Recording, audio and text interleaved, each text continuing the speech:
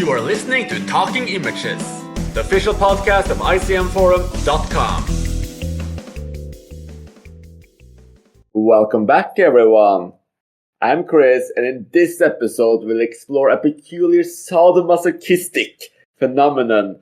I think everyone in the world has at one point or another sat down in their seat, be it in a cinema, in front of a TV, by your laptop, or perhaps browsing your iPhone, however you consume films, and be dead certain that what you are about to see will not, how should I put it, be a particularly pleasant experience.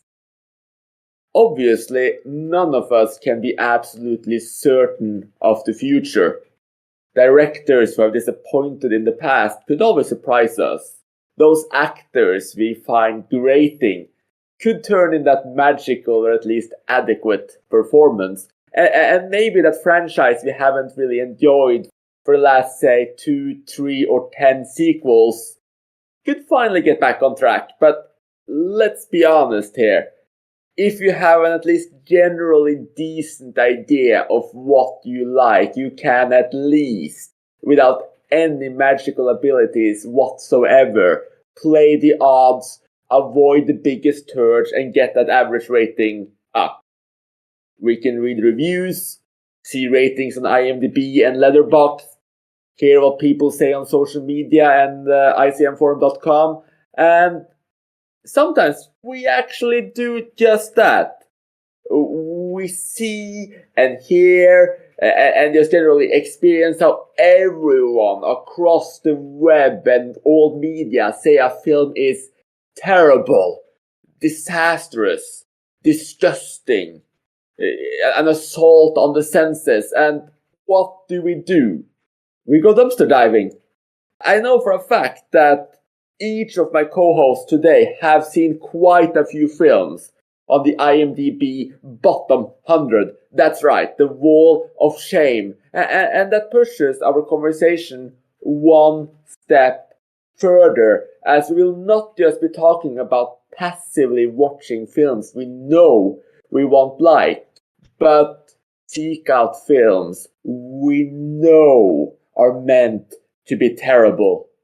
These awful cinema experiences are by choice. We have no one to blame but ourselves.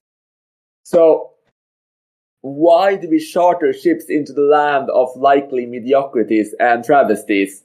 What happiness does it bring us? Does it make our lives any better? Do we become more well-rounded cinephiles? Or are we just desperate to be part of every single active conversation? And do we just need to finish every single item on some list? Or do we just want to hurt ourselves? So, can any of you, and this is probably the point to bring in today's co-hosts, Saul, Adam, and Lauren, and just ask, can any of you explain why you would ever watch a film you know you won't like? Hi, Chris. Hi, everyone. It's Sol from Australia. In answer to the question of why I'd watch something that I know I won't like, I've probably only got the most obvious and uninteresting of answers. So that would be if I'm watching something that's been nominated for the Doubling the Canon exercise, or it would be if during the monthly challenges there was a bonus challenge to watch certain films. Sometimes whoever is hosting a challenge will put in a bonus challenge. That means watching films from every single area, from this director or specific films in particular. And if I want to be able to win that bonus challenge or do well on the bonus challenge, then I may subject myself to films that I otherwise really wouldn't make a priority. But, beyond that, I don't think I really do actually watch films that I don't think I'll like. I don't know if I'll necessarily watch films that I always expect to be great, but probably other than those exceptions, I probably generally watch films that I at least expect to be decent. which I think is a bit different to everybody else in this episode. So I'll be very curious to hear what Adam and Lauren have to say about this.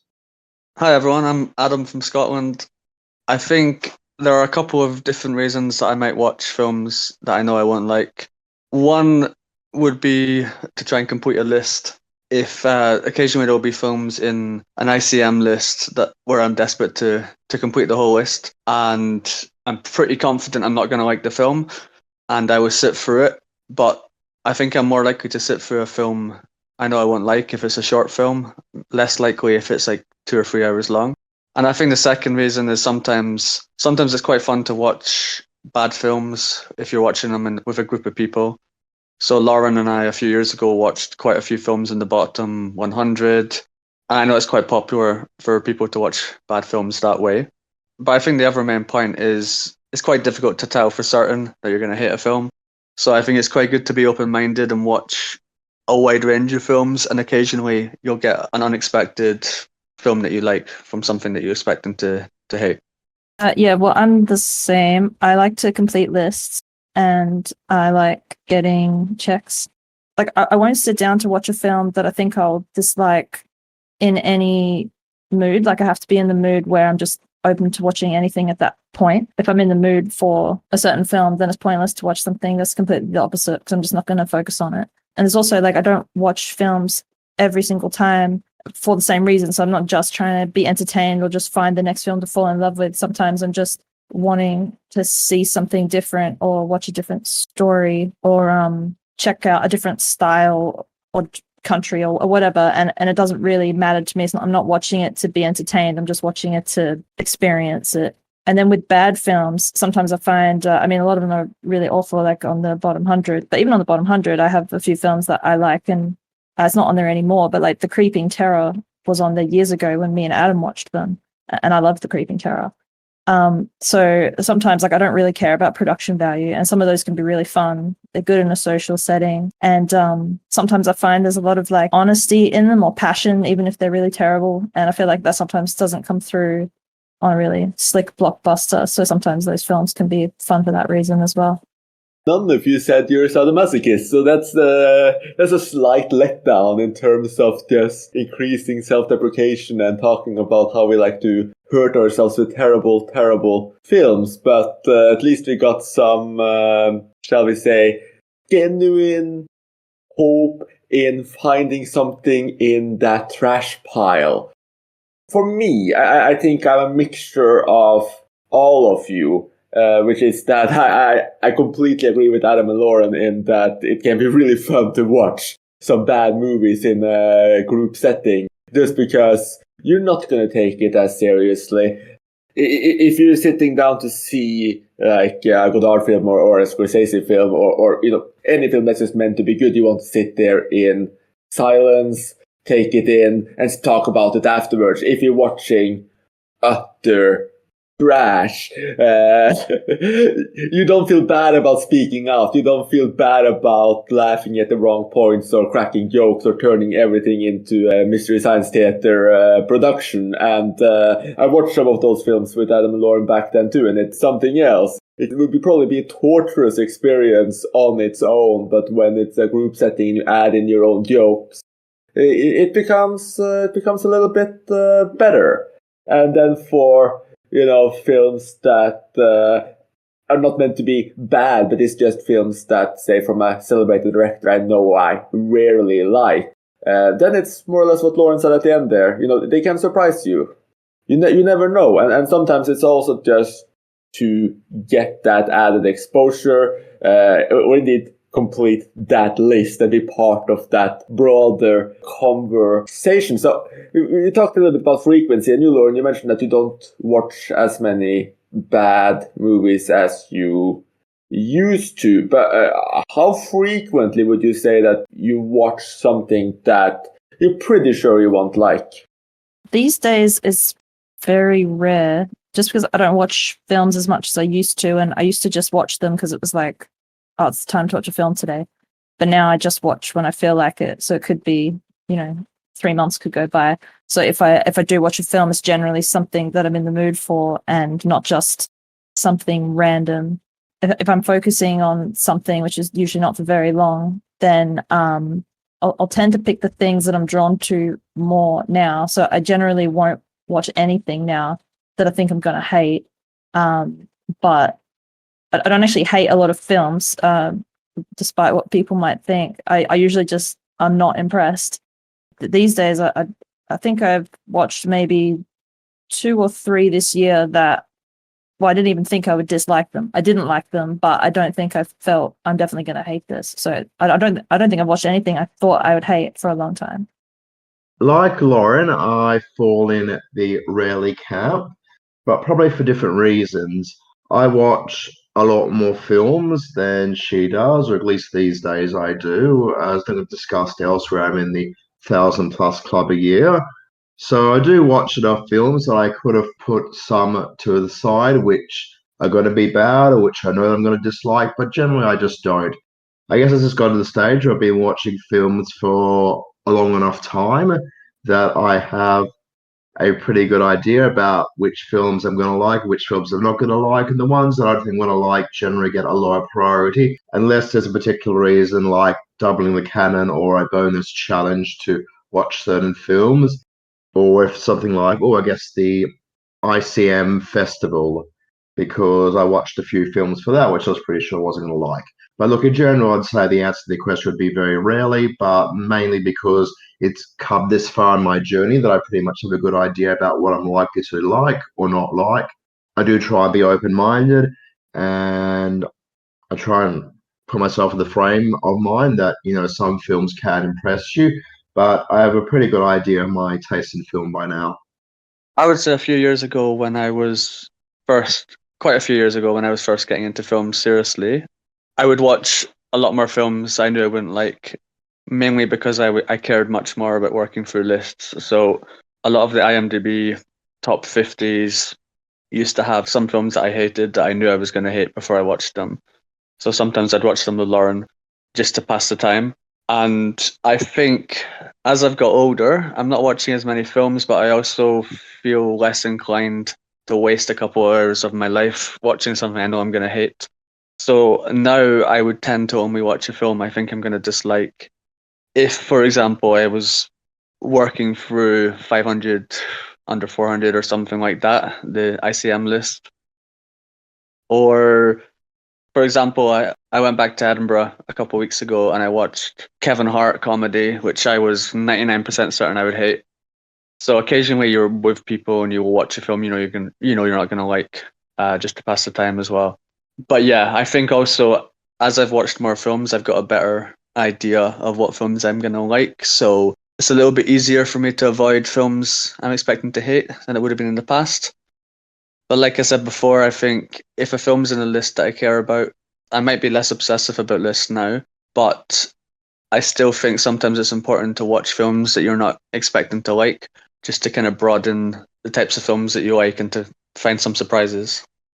That's a really good point, Adam. I think that if you get essentially stuck in a bubble and you just watch things that you're pretty sure you're gonna like, you will lose out on some stuff, definitely. And not only that, you'll be a bit out of the loop on quite a few things going on, and maybe that's okay for you. But it can be fun to be part of those conversations and know what people are talking about when certain titles come up.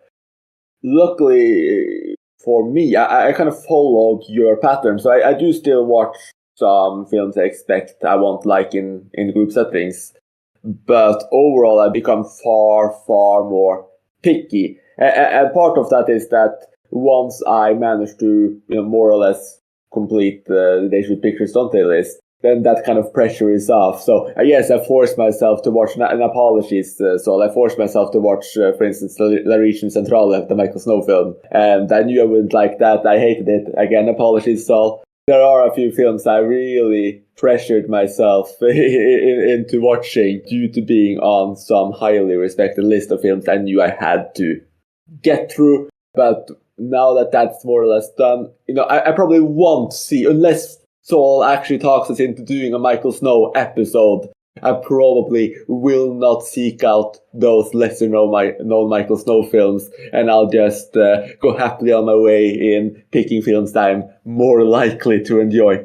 I'm just going to quickly jump in and say that the Central region is, I'd say, the weakest of Michael Snow's feature films. That I think if people watch that 3-hour film and think that sort of repetitiveness is what Snow is all about, I guess I don't blame people for not giving it another try. But even beyond Wavelength, things like So Is This or Corpus Callosum are just such dynamic film experiences that, I could not go further out of my way to recommend them, especially something like So Is This or Back and Forth, which is only 45 or 50 minutes long. It's not a very big demand there, and it's incredibly challenging in terms of what it's trying to do.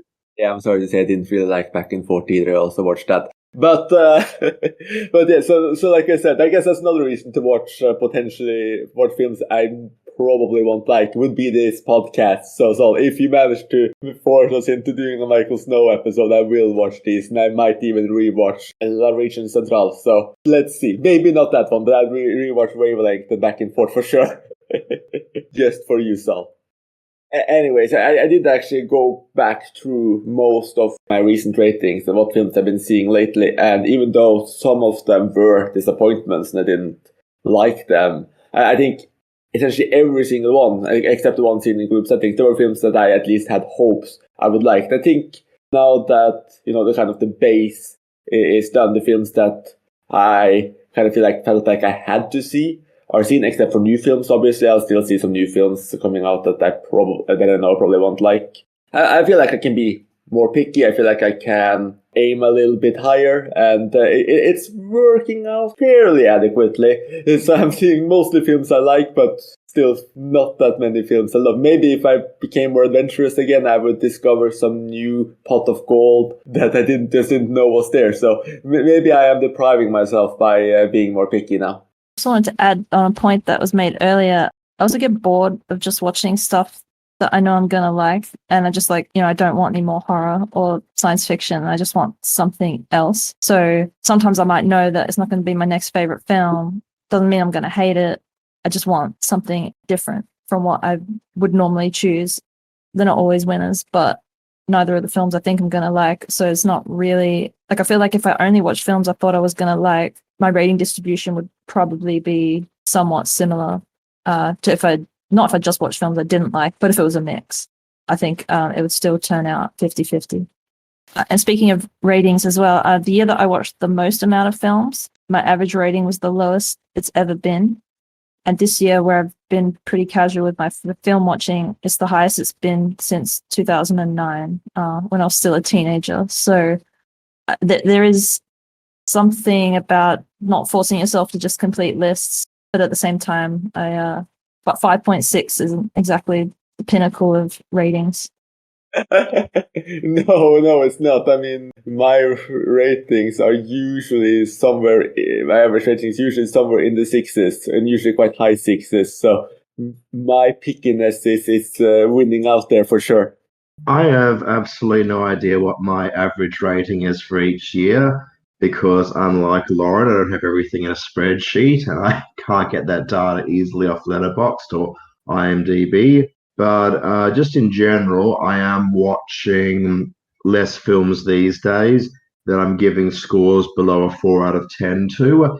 But I think that's part of what I hark back to earlier on, that I pretty much know what I'm going to like, what I'm not going to like these days. Which I think is going to be crap. Been pretty much avoiding anyway. And unlike my fellow co-hosts, I'm also not a completist. I haven't got any platinum awards on iCheck movies, and I'm very proud of that. And I think I've only got 6 or 7 gold awards, so I've never really been big into completing lists. It's more so films that I've watched because they've been recommended for a challenge or for a certain exercise. I don't know about anyone else, but my tolerance for watching films I know I'm going to hate is much, much lower now than it was 10 years ago. So I also care a little bit less about completing lists now. So when I was younger, I would happily sit through 5 films I hated just to finish the 1970s IMDb list. Watch a few Turkish comedies, Soviet comedies, even though they were painful. And I just I couldn't be bothered doing that now. So I think I don't know if it's just because I'm older or because I'm watching less films, but my tolerance for bad films is certainly a lot lower than it used to be, and I kind of feel now why waste a couple hours of my life on something I hate rather than watching something I might like. So Adam has essentially become a grumpy old man in his 30s. But it's very understandable. And I think the less films you see, the more important the films you watch are, in a sense. Like, if you watch, say, 50 films a year, 100 films a year, and 10, 20 of those are bad, that's a really high average. Whereas, when you're a student and you might watch 500 plus films a year, you can afford to throw in, say, 100 bad films because there's just so many you're watching, and they kind of get lost in the void. So yeah, I think we all get a bit pickier when we get older, for sure. Yeah, I agree with that. Although I would say I might not watch that many films I'm expecting to hate, but I do still watch films that I know aren't very good, but which might be easy watches. So if I'm not in the mood, sometimes after work, or if I'm tired or something, I might not have the energy to watch something that's probably going to be amazing, but kind of requires a lot of concentration. So sometimes I'll watch very average films just because they're an easy watch and I want to watch something that doesn't require much thinking. So not necessarily something I'm going to hate, but sometimes I'll choose a film that I'll probably like less, but it requires less investment. And thank you for saying that, because that's actually one of the most common reasons probably to not watch something that you think it's going to be bad, but just to watch something that you don't have that big expectations for. And I'm in the same boat there. If I'm that exhausted and I want to kill a couple of hours, I'll probably won't put on, something I know is meant to be wonderful, beautiful, or complex. I might still pick something I think is going to be fairly good, but it might be, something like, and it might be animation, it might be a comedy, it might be something more action oriented, because you don't have the attention span for something else at that point. So I'm assuming everyone else is more or less in that boat. I think Lauren wanted to mention that she's always been a grumpy old man as well. Lauren? Okay, looks like I've annoyed her. She's too grumpy to speak. Moving on. Well, what about you, Saul? Are you a grumpy old man? Yeah, look, I probably am because unlike you guys, I watch a lot of films a year, or a lot more than you guys do. So I'm about 1,200 for the last 3 years running. And yeah, I still don't have time to watch crap. So, unless it's something which is specific for a challenge or doubling the canon or something like that, I'm going to watch films that I'm expecting to like. In terms of those veg art films, the ones where I don't have to put too much thinking into it, I guess that would be sort of the ones where I might watch on my iPad while I'm out on the go. I guess I'm not always going to be in the mood for something which is going to be deep and complex, but I would still wouldn't choose something that's going to be rubbish or whatever.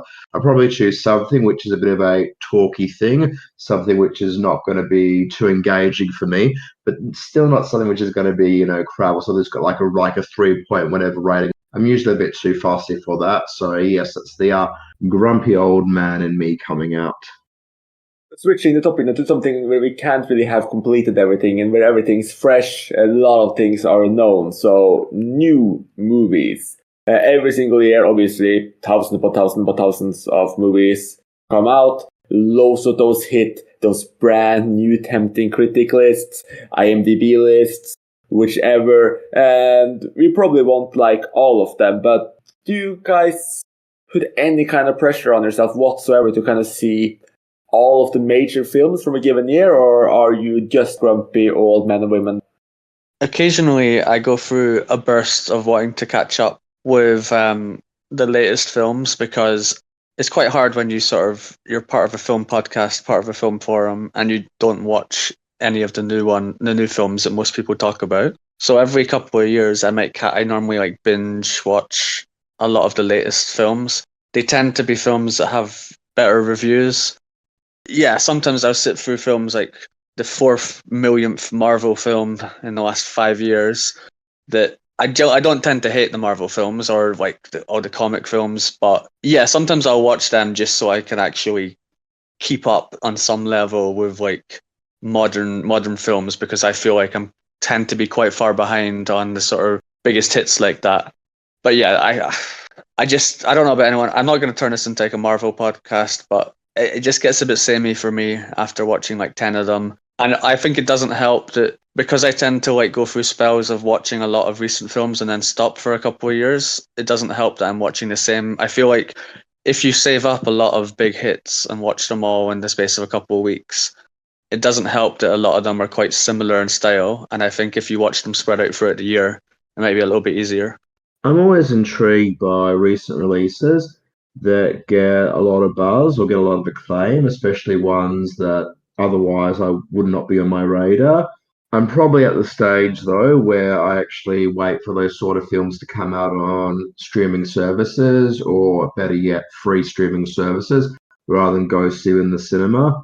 I guess I do generally catch up on most of the biggest releases, probably within a year or so of them coming out, but it's a far cry from way back when. I guess I'm thinking back to 2005, 2006 when I was at uni and I'd just, I'd go out and, I'd watch every single new release that was coming out because they were all being discussed as Oscar buzz films at the time. So I've sort of grown a bit, I guess, since then. I don't really see the immediate need to seek them out, but I guess I do eventually seek them out. So some of them do surprise me, like West Side Story. The latest Spielberg one, I didn't watch until it came out on Disney Plus, and it was actually a pleasant surprise. I actually enjoyed that more than the original, as we covered in the 2021 podcast, part 2. So there are surprises in there, but yeah, a lot of films like that, I'm finding, I can wait a few months for it to come out rather than having to see it straight away in the midst of all the hype. Yeah, a few years ago, I was trying to make sure that I always watched the Oscar nominees, which is pretty much the extent of me keeping up to date with new films. And I guess a sneak peek to my answer in a potential future episode that I don't read film news or pay attention to what's trending, just whatever's on the forum. That's all I know about what's going on in the world of film. But I've been so bored by the Oscar nominees and the occasional hyped film that comes my way that I don't have any clue. Every time the last few years when people post their Oscar guesses for the next year, I haven't heard of a single film.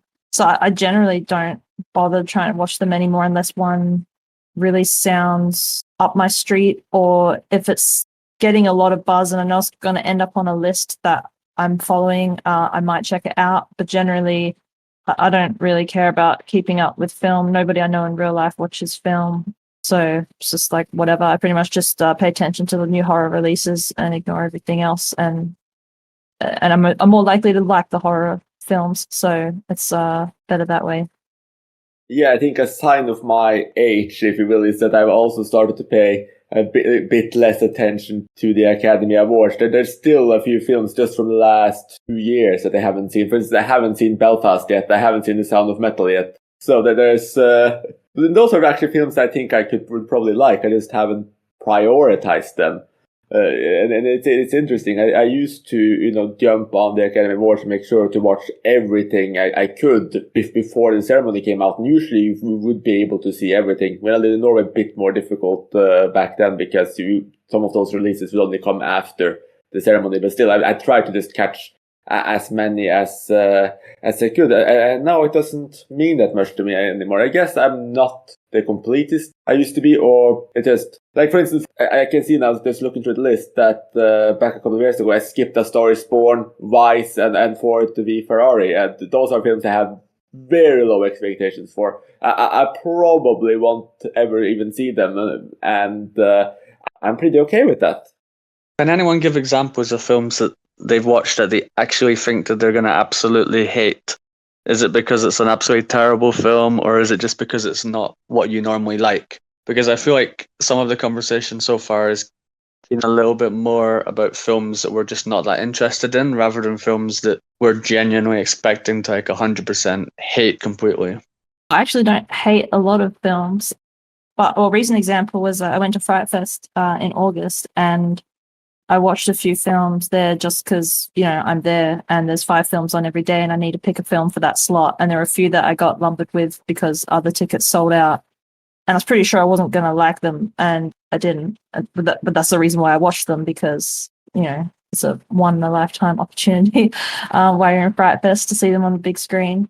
It's actually been a long time since I watched a film that I thought I would hate. I'm actually like scrolling back through my ratings to find some, and I can't actually find anywhere. Oh, yeah, Chakti India. I think that was an Amir Khan film, and that was because it was on a list, and it was the last one, and I needed the platinum. I remember that film, but I stopped by that point when that was on the list. I stopped watching mafia films, if we're allowed to say mafia on this episode. But yeah, I mean, I think that's a good example. We used to sit through these Turkish films, some of the Indian, like some of the Bollywood films that we were pretty certain we were going to hate. And that's something I wouldn't do now.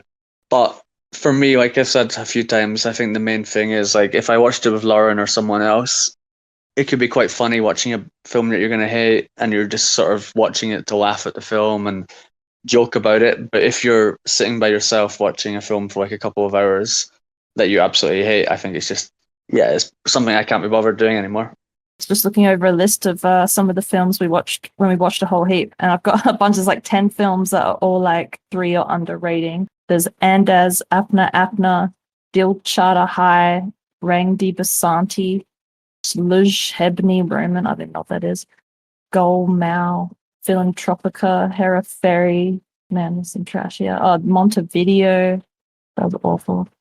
Man, we watched a lot of rubbish. I'm in glad you're doing the 2011. pronunciation because you got it spot on, and I'd have been struggling to pronounce those films.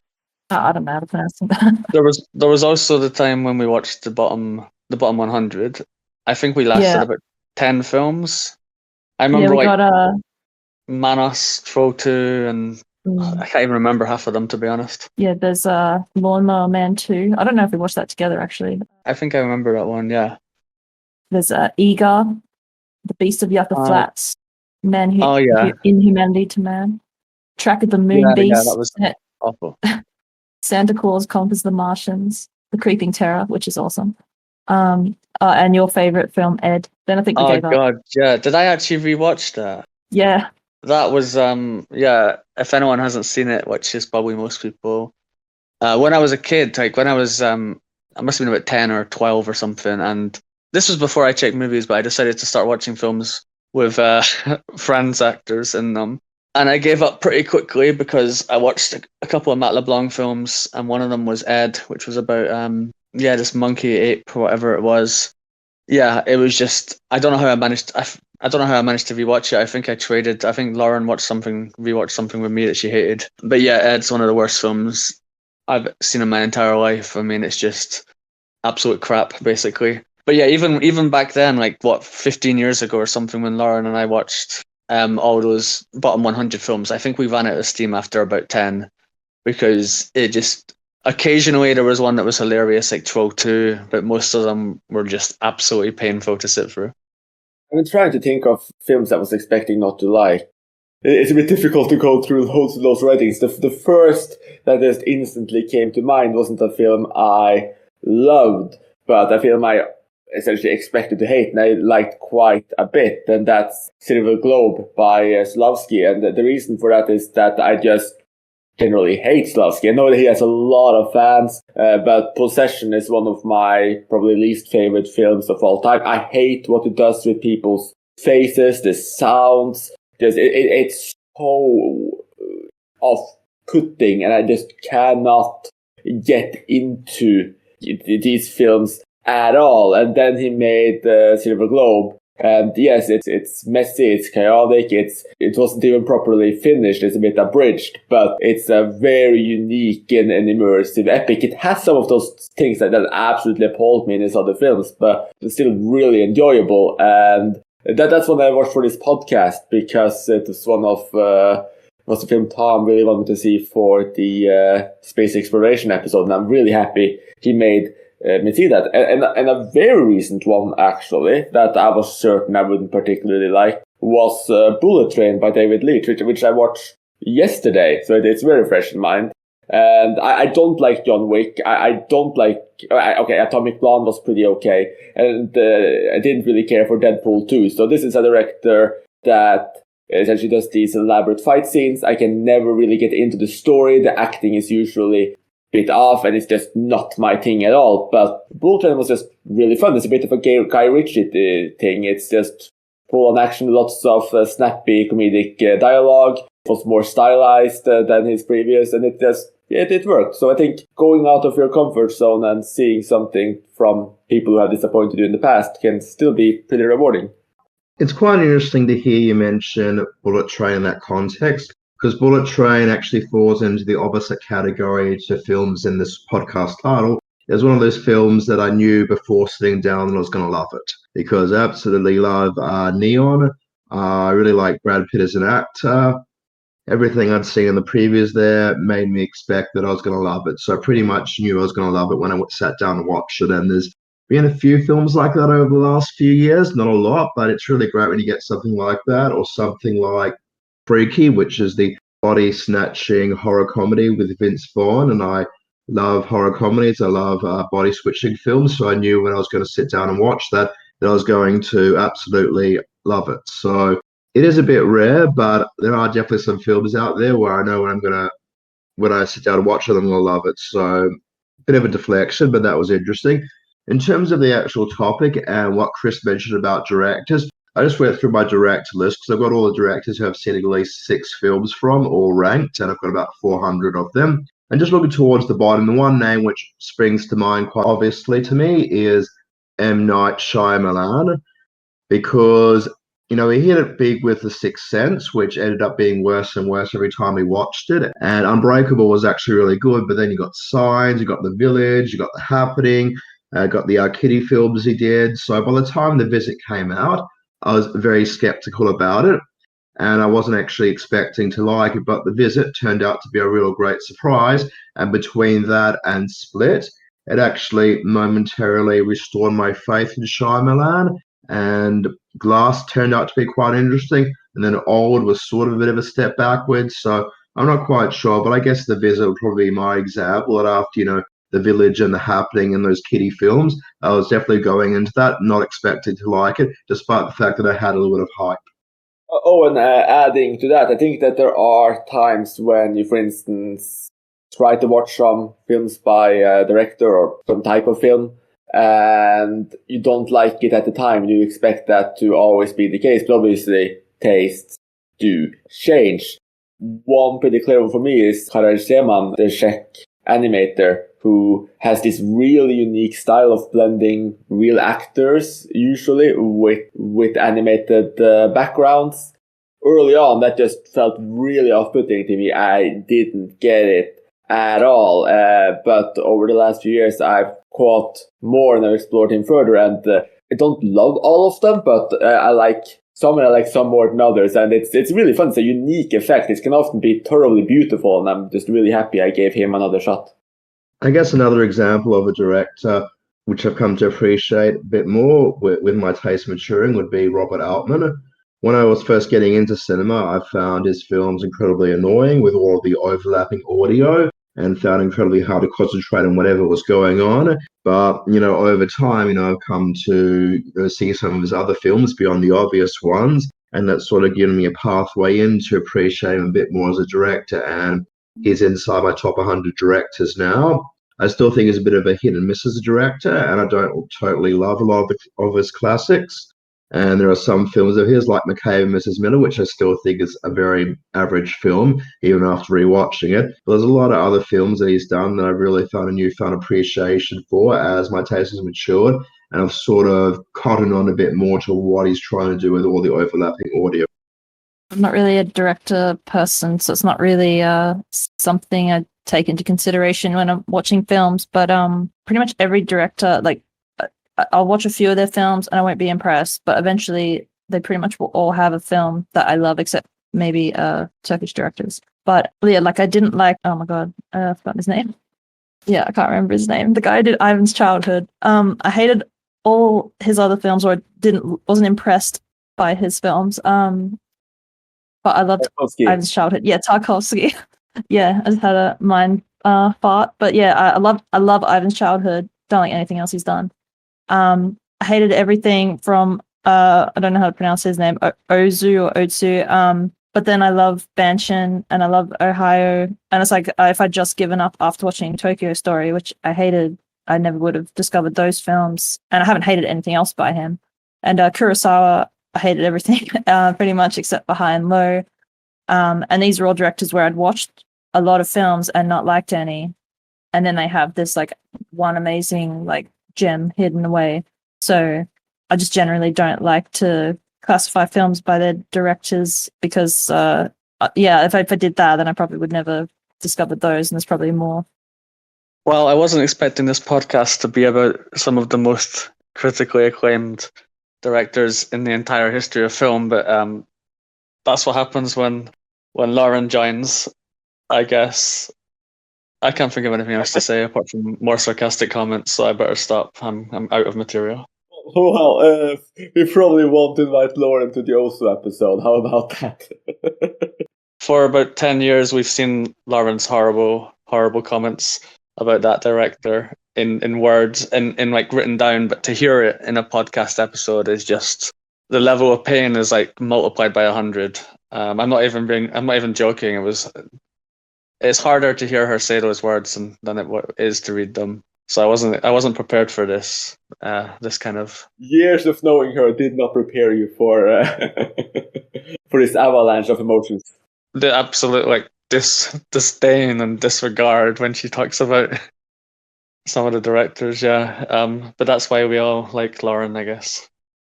Oh, you guess. Next time I'll diss all the Eastern European war films as well. No! Lauren, I hate you. Can we have like a, you know how Sold is a spoiler warning? Can we have like a Lauren warning or something message recorded? Yeah, that was a low blow, Lauren. The war films. How could you how could you do it? I'm actually upset. Don't you actually like some of those, Lauren? Yeah, but I just wanted to hurt him. It worked. Now, why don't we talk about all those crappy horror films that Lauren loves? Maybe we can say how much we hate them and see if it hurts her. Well, I can say I still haven't seen that toilet film she loves. So she's pushing it for. That's such a perfect. That just sums Lauren up. We're talking about these famous directors, and Chris says, "I haven't seen that toilet." The toilet.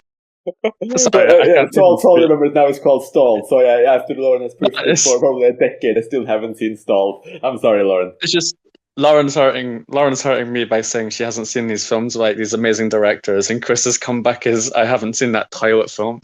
Well, toilet films are good, and they should be more respected. Oh my god, yeah. That was payback for the guy who did Iron Childhood. My mind went blank. I was just like, oh my god, this knows Russian. I don't know anything else. Yeah. You couldn't diss all the horror films that I like because you haven't seen them, so... That's not an insult for me. I'm quite... that makes me feel happy again. I think you guys are forgetting that there has been a resurgence of really great horror films set around and in toilets.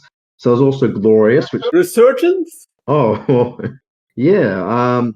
Well, I mean, they all started with Monster, I guess, back in 2003, which had this gigantic poo monster coming out. It's actually a hilarious film with a really great parody of South Park in there. And then I guess you get Stored, which is a bit more serious than Monster, believe it or not. And then we've got Glorious, which came out earlier this year, released by Shudder, which has got J.K. Simmons as there's a voice in the toilet who's tormenting this guy and sort of like locks him in the toilet. So it's a pretty good subgenre, and I would watch more toilet horror films. Can we please hand over to our resident toilet expert, Lauren, now? She might not know famous directors, but she knows all about toilet films. So, Lauren? I think Soul has done a pretty good job at covering the ever-expanding toilet horror subgenre. And Stol's really good, and he's better than that Russian guy. Well, we wanted to do an episode on why we would watch films we know we probably won't like, and we ended up perhaps in a scenario we knew we probably wouldn't like, where that Russian guy and that Japanese guy are all thrown under the bus, and we have ended up in the toilet. So, is there anything else you want to say on just Just the experience of going into things that probably be a little bit unpleasant. Yeah, I think there's also, alongside films that everyone thinks are crap, like bottom 100 films, I find it quite interesting watching films by very kind of critically acclaimed directors where like maybe I hate the films, but most people like them. So sometimes you persevere just in the hope that you can finally see what the fuss is all about. I mean, there was this French director, who knows what his name is, but there's a French director who did these comedies, and I watched a couple of the films and I hated them. So maybe we can have a podcast on him in the future. Lauren and I are forced to watch his films. I just don't know his name because, I think he's famous or something, some kind of. I just remember he's French, but that's all pretty much. Slim fella with a bit of a raincoat thing going on, a hat. Yeah, something like that, yeah. Have you heard of him? Sounds familiar. Okay, cool. What's his name then? I think we're going to have a podcast in the future where we all forget the names of directors we don't like, whether it be Jacques Tati, as in the case of Adam, or whether it be Tarkovsky, as in the case of Lauren, or whether it be maybe John Carpenter in the case of myself. That would be an interesting episode for some time later on in the future. Definitely, I'd be up for all of them. The more director episodes, the better. And we already know we have Osu coming up, so that's one I'm particularly excited about. And Lauren's been banned from the Ozu episode, yeah? Well, she did protest and say that she actually did love Late Spring and Good Morning. Maybe she could talk about why she changed her opinion from giving Tokyo Story 1 out of 10 to liking some of the other. It was a 1 out of 10. Lauren? Gave it a 2, but I haven't seen it in a long time, so it could be a 1 now. Oh, great.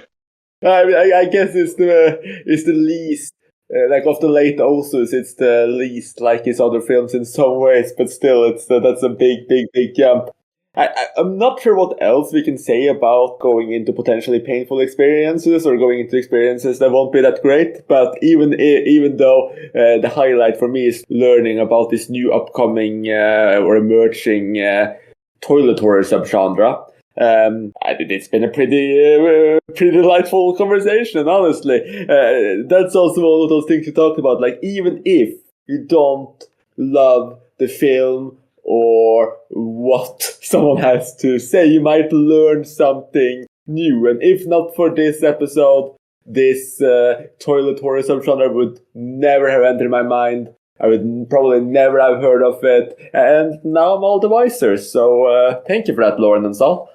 And I guess even though I haven't seen it yet, people who are interested in this subgenre can go and seek out one of Lauren's favorite films, Stalled. So just to put that in there as well. Others may explore more films from the guy who did Ivan's Childhood. So with that said, thank you so much for listening, and see you again soon. You have been listening to Talking Images, the official podcast of icmforum.com. How much are we getting paid for promoting Stalled? Can we split it up between us?